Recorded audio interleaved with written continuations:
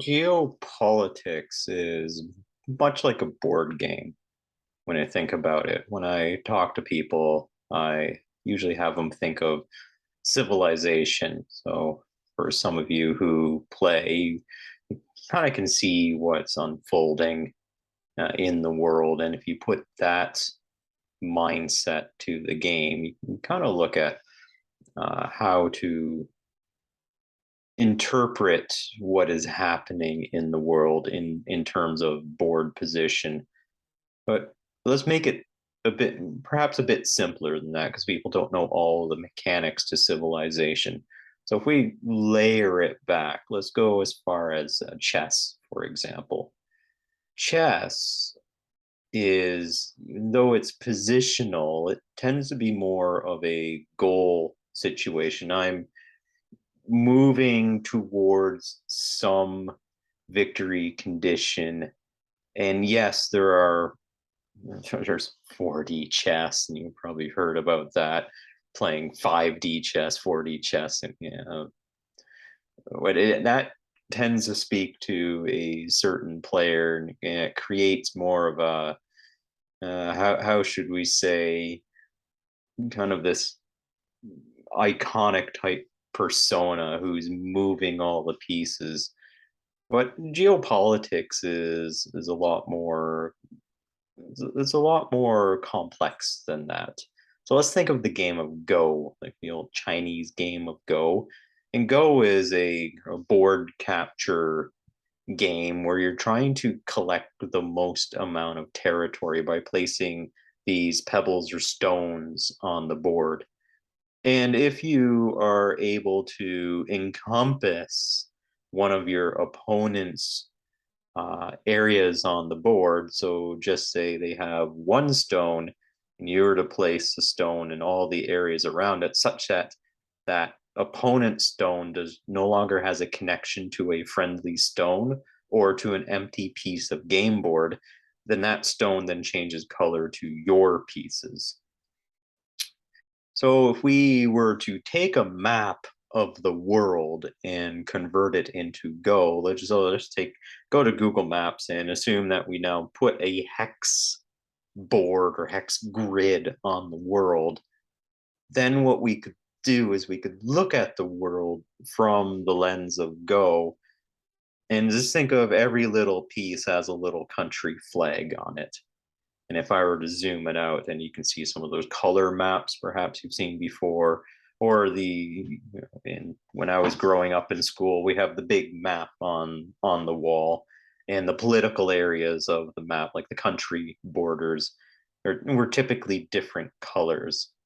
So if we think about that from a Go standpoint, that I have these areas or territories on a map, then we can start working with a metaphor here. So let's think about, we go back a long time ago to perhaps times where countries or people are collecting areas on the board and they're moving their pieces. And another thing about Go and geopolitics is you have multiple players at the board. We're not looking at just one player versus another player. There are hundreds of players in the global geopolitical game board. So the moment you have at least three people at the game board, you now have a political situation. So when you have the three, and if you have two that gang up on one, basically you can eliminate that one player from the game. Then, of course, then it's down to if there's like winner takes all, then those two have to battle it out. So in those three-player games, you're just trying to find, well, how do I weaken the other player without expending too much energy myself in order to do that? Because then the next one will come and knock out uh, my civilization. So you'll find this a lot in uh, if you go back in the past and you look at, well, how to properly keep balance of power is even in certain animal populations that, or if you look at perhaps chimpanzees, if you're trying to take out the alpha chimp and you expend so much energy that the alpha chimp and the next runner up are just completely out of power, then some adolescent chimp comes in and just rip apart both of them, and there you go. uh, Takeover complete. So let's consider this world, and we're expanding the size of the world. Now, the first problem that we run into is as we expand our territory, the territory starts to become unstable. So think about back in the days where we're settling the USA, for example, very large landmass, and you have the people that are going west. So the further and further you go, and the further you spread out, and the further that you decentralize, well, then like the overall aspect of the nation starts to become unstable because your regional areas don't have a connection back to perhaps a centralized hub. Communications is low and sparse. So if there are any potential conflicts that could happen, I'm expanding out and I hit an area where there is an enemy, then they might be able to take me out if their coordination is better than the coordination that I have. So what then starts to happen is their administration needs to build up. So perhaps think of the Go board, and as we're expanding out, we need to start putting administrative centers around within the board. So just say I have a special chip, I could put these administrative centers into play. And they then start to create some level of security because we have to protect our areas that we've collected. As we then start to expand, we can look at, as we take these areas of the board, think about each position on the board has a value to it. And that value could be resources that are in the area, like rivers, or in Egypt would be the floodplains, which are great for growing crops, which help the pharaohs and people come to the area to build great monuments. And if they didn't have the idea of the Nile and the flooding to create crops and places for people to come so they can actually eat, because there's 3000 BC, privation is a huge problem in the world. You want to go and find an area where you can do some work, like help Pharaoh build the pyramid, so you can get bread at the end of the day in order to live, and probably live a longer life than if you're out trying to hunt or forage. Okay, so then now we have those administrative centers, we now add trade centers. So in order for me to exploit those resources, I need to be able to expend capital or resources in order to develop these areas. So now the aspect of capitalization comes in, and I'm talking about the proper capitalization, not corporatism. That's for another video, but capitalization, like capitalism. So meaning that if I have an area of forest and I want to help people build houses, well, we can cut forest down with an axe and cut the trees down and make the timber and then handcraft it into lumber. And that's a slow process. So if we were to say, okay, we're going to spend a couple of weeks and actually build a sawmill or in some sort of production process, you may not get your houses as fast, but we are delaying that consumption in order to build up additional capability for us to produce houses faster.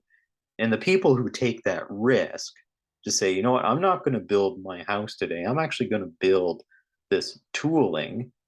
And then what I can do is once I'm done that, and hopefully I survive, because there's a lot of risk, especially if you're out in an area of, the USA, the pioneer, uh, edge of the frontier. Then okay, I'm going to spend this time to build up this capacity, and then I can then trade this capacity with my neighbors to assist them. But the ability to say, if I can make lumber really, really fast for them to build their houses, and they trade something that I need, perhaps tools or something for energy. If we have coal at that time, or they're making charcoal, or they're actually providing me with food, I'll trade the lumber for food so I don't have to go out and hunt it. Now we have specialization, and that's one of the benefits of capitalism is be able to uh, purchase this specialization so that the risk that I took actually has some beneficial outcome for the rest of the people within my community. And this is really important. And so now we can start to scale this, and then privation starts to lessen. So as more people specialize, and then when we can trade those goods and services, then we can start to gain more things that we don't need to spend time to go and acquire. So if I had to cut my own wood, grow my own crops, hunt my own food, create my own clothes, and so on and so forth, there's almost not enough hours in the day to do that to a level where I can really start to just thrive. And so that's one of the beauties of capitalism. In talk about how that corrupts over time, but that's another video here. So here we have our game board, we've expanded, we have administrative centers, we have trade areas of people starting to trade. Now what we can do is we can just say put in like a larger banking center, or like a capital city, an administrative area. And by doing that, let's think about our Go game where we got values on each of the squares. If I put my capital center in, then the values around that capital center actually increase because now we're gaining productivity. Let's say if we put in like a central bank, and we can debate whether this is good or not, but the idea is I want to be able to move capital around more freely within my system.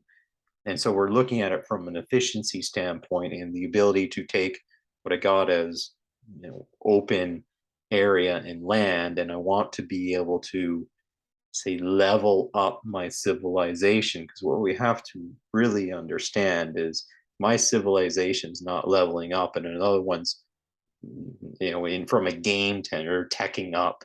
That's using a game terminology. They're teching up faster than me.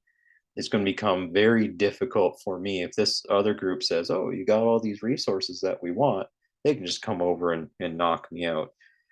So it's really important when we think about history is being able to build up these capabilities.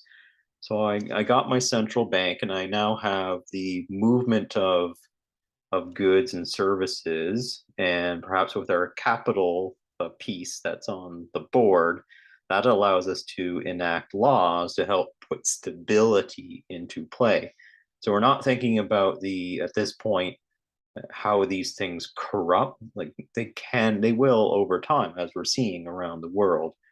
When we're looking at the early phases and just see we're doing it with the proper intents and integrity, then what happens is by having a good system of laws, when we look at our game board, as we grow our territory on the board, we don't start losing the territory through, okay, because if there's not appropriate laws and servicing of my outlying frontier areas, they may collapse or they may just turn into their own faction and no longer want to participate in my unit.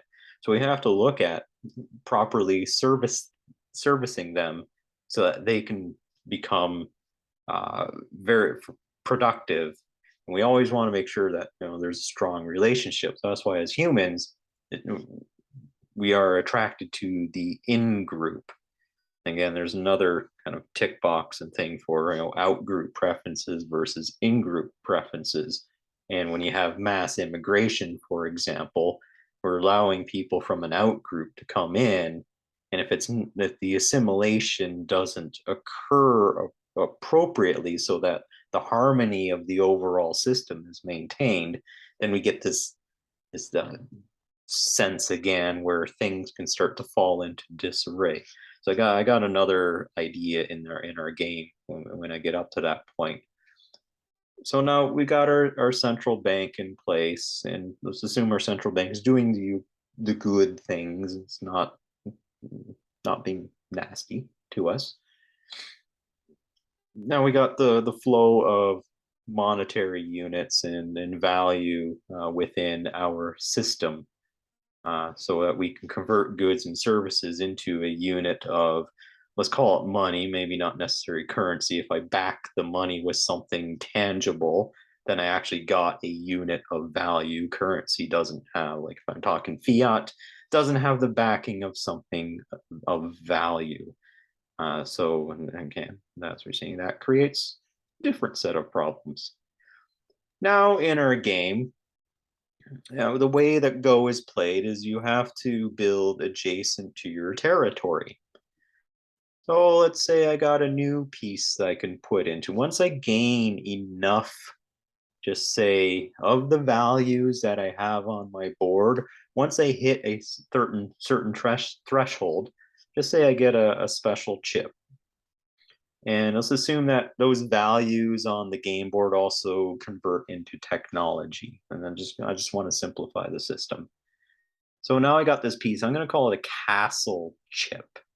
What I can do is I can put this castle chip somewhere else on the game board that maybe is occupied, but let's assume that it's not quite occupied. If we go back in history, there's areas where, okay, when we're talking about colonization at this point, and I can put these forts or castle chips down that allow me to break out of the contiguous position to put a new starting position somewhere else on the game board. And now my capital city now gets linked to this other area, and I can start growing from this other area. So instead of placing around my frontier area, my core area, I can start placing, and maybe it costs a little extra to place those chips. But if I have enough energy built from the system that I've described before, I can start to expand this other area. And what happens is, if we go back, this gives rise to mercantilism. Again, with these things, for better or for worse. So let's look at it from this aspect where if I got that chip out there and there's a resource in that area, maybe spices. So we go back to the spice trade and Marco Polo going to the West Indies. There's people now within my core structure that want a little more interesting things in life. Frontier, they've solved the frontier problem. They're growing and prosperous. They want new stuff. And here's the benefit of wealthy people. And I don't hear a lot of people talking about this. What wealthy people do is because it doesn't cost them a lot to take a risk. So if you think about the time where Marco Polo was chartered to go out and find these spices, he was given money for that to go and do that, but it's done by the most wealthy people within that society. So now I got this castle chip over here. It created a fort or a trading center. The wealthy people here are funding it because they can get things that they are so exotic that they've never had before. And what happens is this gives rise to the opening of the market. Because once now this problem's getting solved, just say there are spices in this game board place where I put it. These spices can then come back. They're going to get paid for. And as we start to tech up and make this system more efficient, then people like me who are not super wealthy, they're down on that ladder. There's now spillover and there's additional productivity that I can now start to consume this. So a consumer market and consumer goods start to evolve from this. So great. So now I got this trading industry by putting down these chips. But now there's some costs that are now starting to associate. In order for me to keep that chip secure, I am going to have to pay additional money units if I want to put down more chips to actually guard that. So think of maybe that castle tower when I put it down it takes energy out of my main system that I have to pay into that one in order to maintain it. But I should be able to get an uplift because I'm getting money out of that. Then there's this trade balance that comes into play. And in mercantilism, I want to be on the trade positive side of it, but I'm looking at it from the standpoint, and this is where I'm kind of being opinionated on here, that the wealthy folk within my territory can actually fund that. I don't know all the technical ways to discuss that, but I just wanted to make a simple example here. Then we have industrialization. So industrialization comes into play. That sawmill that I was talking about. Now we're understanding, my tech level has reached a point where I'm understanding how to use energy units and converting them into just a kinetic power in order to increase the amount of production. Now I can have powered sawmills, perhaps with steam engines on them. We obviously know the rise of rail was an important aspect. Being able to move ships using coal power and steam instead of sail. Now, these trade areas start to trade becomes faster. Maybe I can send, like, service industries can start to emerge because I can move messages faster, like mailing, putting on a ship, sending it across to other people in their areas. So now I got this increase of productive output. To make my civilization prosperous, I want to get the most thermally powerful elements for the lowest cost possible. So converting wood to charcoal, I'm not looking at uh, the greenness or the carbon footprint of this at this point. We're just looking at, we want to get high amount of thermal units for the lowest amount of cost. The benefit of this is I can move my people out of privation. I want low cost energy and lots of it. And the more I have that, the smaller the input cost on my industrial processes. So if I can do this, I can make my industrial engine more efficient than the other group's industrial engine. And then that I can convert that into science and technology. And as we're going up the tech ladder, I want to make sure that I'm at pace or ahead of the other folk. And this assumes that also that the structures that we have within our system, the government structures, administrative structures, haven't corrupted at this point. So let's play with that for a moment. So now I got this industrial system, I got this sprawling empire. What's essentially going to happen is some people are going to want a little bit more. There's not enough luxury.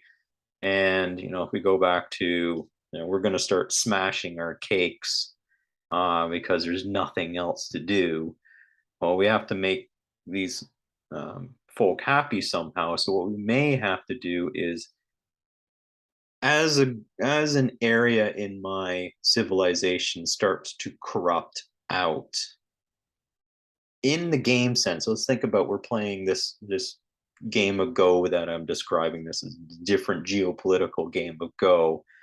Instead of me placing a new chip, I might have to expend to expel a corrupt aspect in my civilization. If I don't do that, then it will tend to grow.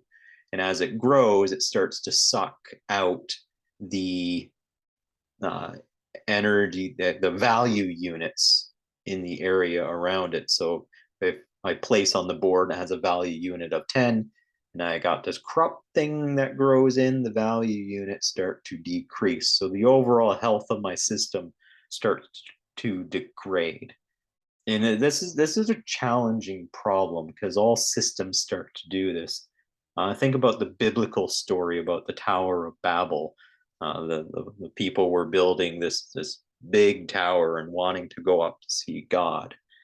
And as it got bigger and as it got taller and as they got closer, all of a sudden I think God did something, and next thing you know, they're all speaking in different languages and they can no longer communicate.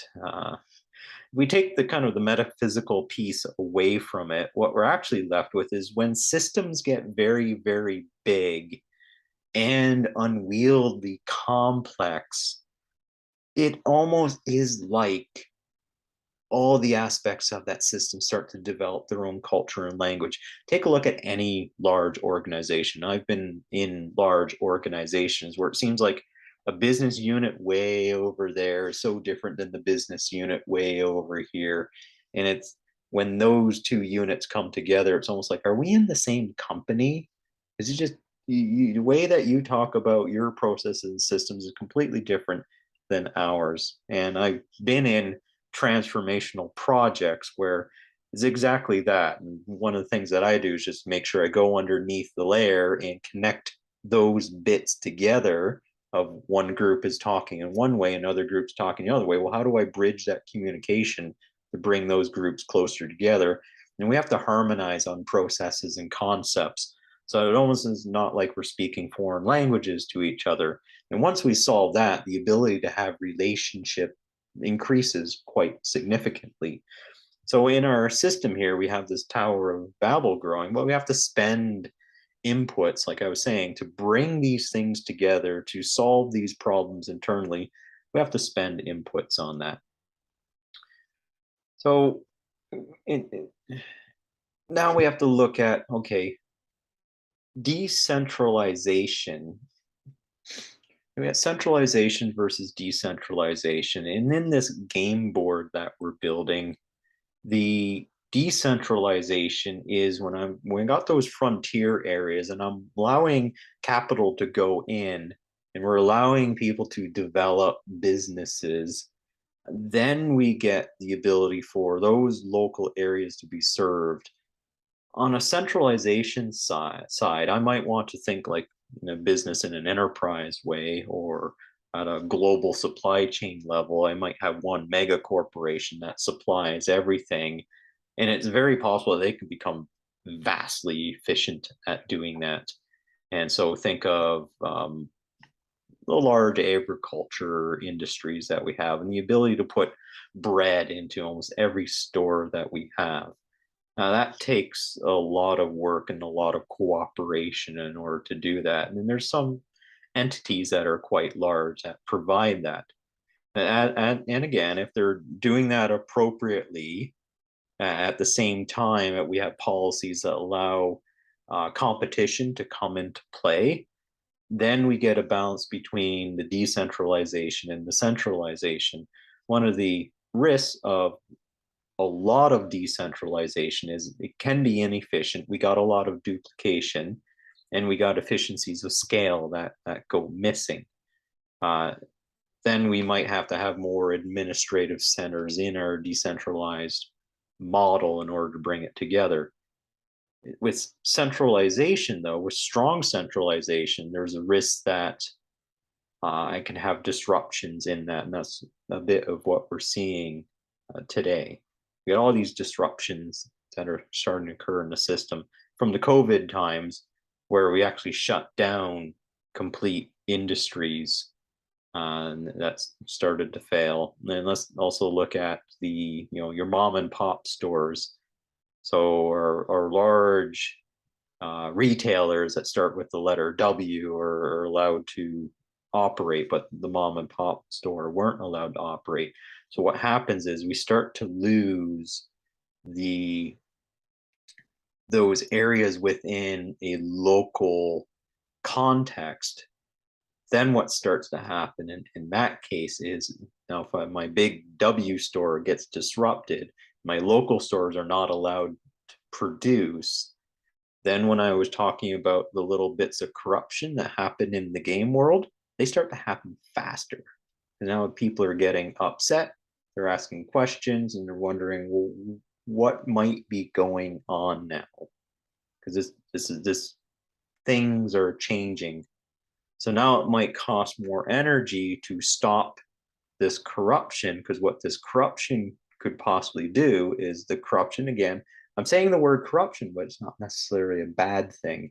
It could be that my centralized, my power chip, my administrative capital, that is the seat of power in the game that I was talking about, wants to maintain its structure. If there's these little bits of discontent that are now getting sowed, They have to actually spend energy in order to solve those problems. And now we get into the nuance of, well, am I doing it for the better or am I doing it for the worse? So let's look at, to close this off, let's think about our game board, and let's think about that I have these localized areas now that are discontent. I can either take a very strong stance with them and advocate for policies that might even press them down. You might get you might get the contentness that you need, but underneath the energy or the value of that area starts to go down because the people are no longer producing as effective. Happiness does come into play here. So in this game board, my people are not happy. They're not going to produce as much as they used to. Now the overall system starts to get a little more sick. And that central bank system and those banking systems have a little bit less to use. And as they get a little bit less to use, and as the people get more unhappy, more laws will have to come out that are going to have to start solving these problems. And as you push, as the pressure builds up, all of a sudden we start to see popping within the system. We see trucking convoys, we see farmer protests, we see fuel strikes that are happening. We have this unzippering that's now occurring. So take a look around, look at how things are unzippering, look at how those game board pieces or those big areas that we have on our Go game, if we take, just go to the globe, zoom it out, and just think of, well, what areas are starting to faction out and starting to unzip or maybe starting to decouple from the overall unity of, the core civilization or group that's been there. And as that unity level starts to decrease, the overall value, the overall energy of the area starts to decrease. And as that happens, more discontent comes in, and your centralized power to solve it tends to become a little more autocratic and leading into a spiraling effect. So if you're watching a lot of news, think of are things unzippering right now? And that can help you to understand the principles behind the game.